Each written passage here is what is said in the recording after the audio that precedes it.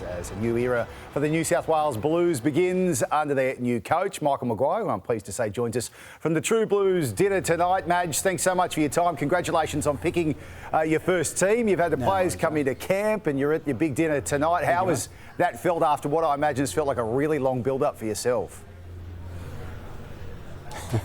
Yeah, it's great actually. It's nice to be here. Obviously, plenty is talked about in the Origin space, and it gives plenty people different opinions. But look, I'm really confident and really happy with the team that I've selected in the squad.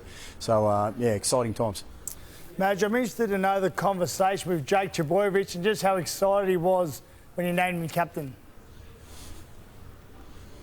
Mate, the smile on his face is priceless, Gal. I mean, it's a huge honour, as he knows. And mate, he paused. I think he nearly choked, and then he realised, what I'd said to him, and to see the look on his face, and it was really how I see Jake. That passionate bloke that wears his heart on his sleeve, and we've got a lot of smarts across the team, so we've got a lot of leaders there. So I'm really confident with Jakey just showing and being himself. I just want him to feel that that passion that he has, and he can let it go at times, but also then focus down on his role.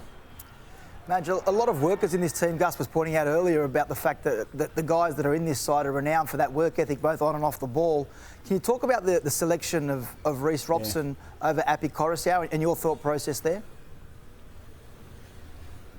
Yeah, look, both great players. Obviously, there's two sides to the game, and obviously I've looked very closely at both, and I've got a long relationship with Appy, so obviously always hard and difficult discussions to have. But Appy, to his credit, he just said, "Madge, I'm ready when you need me," and I've chosen now to go with Reece.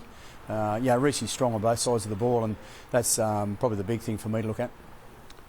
Michael, when you select your bench, there's always a gamble on the things you can cover and can't cover. If an outside back was to go down, do you already have a premeditated plan as to what would happen there? Yeah, I do, Gus. I think you went through it before the break. I'm very fortunate that I know Ricky down south, and he's had people like Hutto defending in the centre, so he's got had a fair bit of practice there. Because every team's looking towards that at the moment, Gus. As you stated, the stat around when you're not carrying a back on the bench, how often that may happen. So we are prepared for everything. You'll be a half.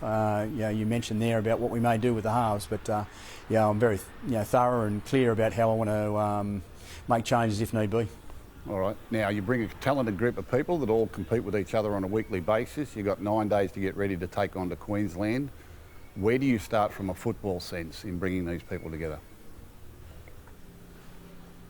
Talk to the spine, obviously. Talk to the smarts of the guys that are running the team around the park, and then I build off that, Gus. I also look at the quality and the talent of each individual. Everyone's got subtleties, and the amount of footy that I watch, I pretty well know every movement that they make. So to be able to then build that into the game and get an understanding of how we want to play, I'll obviously sit down with the players, which I've done a fair bit of already, to be thorough in how we want to play. Madge, speaking of the spine, Nico Hines, when's he likely to be able to train? He's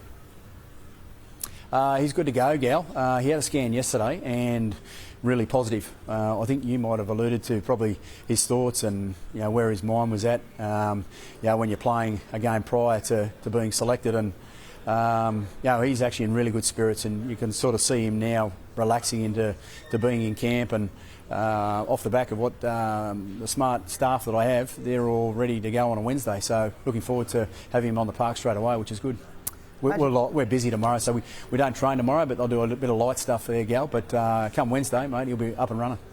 Madge, how have you found the last 3 months? A lot of players going down with injury. I imagine you've penciled players in, removed them, brought them back in. Is there anyone from the start that you thought that you wanted in your team that you have now, that you've been solid on the whole time? Good question. I guess one thing I sat down with was a number of the old guys and a few old coaches that have been in my shoes, and they all said that you've got to prepare for anything, and we've definitely faced that over the last couple of months, or especially the last month. So I've had a wider group that I've continually talked to get to know them as individuals and how they want to play. So with Jerome, which I reckon his last 2 weeks have been outstanding, showing the way he can play in a different style of how Penrith are playing. And then obviously Nico, he's been one of the leading halves in the game. So had those conversations quite often with those boys, and they're ready to go. You've also chosen to prepare the team up the Blue Mountains, are you? Up there at Lura somewhere or Katoomba somewhere? Is there any horse riding, hang gliding, mountain walking, cliff climbing? What are we going to do to injure a few for you?